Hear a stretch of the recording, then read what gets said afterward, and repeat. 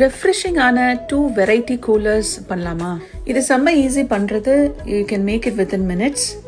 இப்போ ஒரு பிளெண்டரில் ஃப்ரெஷ் ஆர் ஃப்ரோசன் மேங்கோஸ் கொஞ்சோண்டு போட்டுக்கலாம். இது கூட கொஞ்சோண்டு லெமன் ஜூஸ், ஒரு 2 மின்ட் லீவ்ஸ், அப்புறம் பிளாக் சால்ட், கொஞ்சம் சில்லி பவுடர்.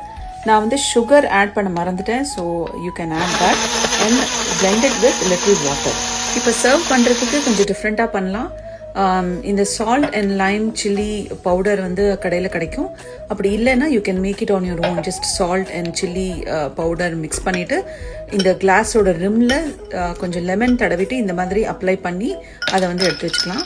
இதில் கொஞ்சம் ஐஸ் க்யூப்ஸ் போட்டு பிளெண்ட் பண்ணி வச்சுருக்கிற மேங்கோ பியூரியை போட்டு just top it off with any club soda. இதில் வந்து instead of adding sugar you can also add sugar syrup or honey.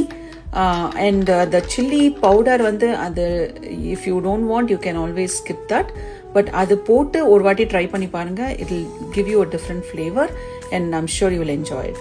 Now this is one variety and next வந்து நான் blueberries வச்சு இதே மாதிரி பண்ண போறேன். Add some blueberries in the same blender. அதுக்கப்புறம் கொஞ்சம் lime juice and black salt and sugar and கொஞ்சம் வாட்டர் விட்டு அதே மாதிரி நல்லா ஸ்மூத்தாக blend பண்ணிக்கலாம். இப்போ இந்த ஸ்டேஜில் பிளெண்ட் பண்ணிவிட்டு if you want you can filter it.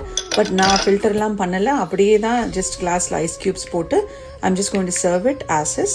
இப்போ ப்ளூபெரிஸ் இல்லை, if you have only strawberries or raspberries at ஹோம்னா இதே மெத்தடை ஃபாலோ பண்ணி you can do the same. அவ்வளோதான். இந்த ஐஸ் க்யூப்ஸ் மேலே இந்த ப்ளூபெரி பிளெண்ட் பண்ணதை போட்டுட்டு just top it up with any soda that you have. Just garnish it with mint இந்த மாதிரி and stir well and serve it chilled. Do try these refreshing coolers to beat the summer heat and enjoy.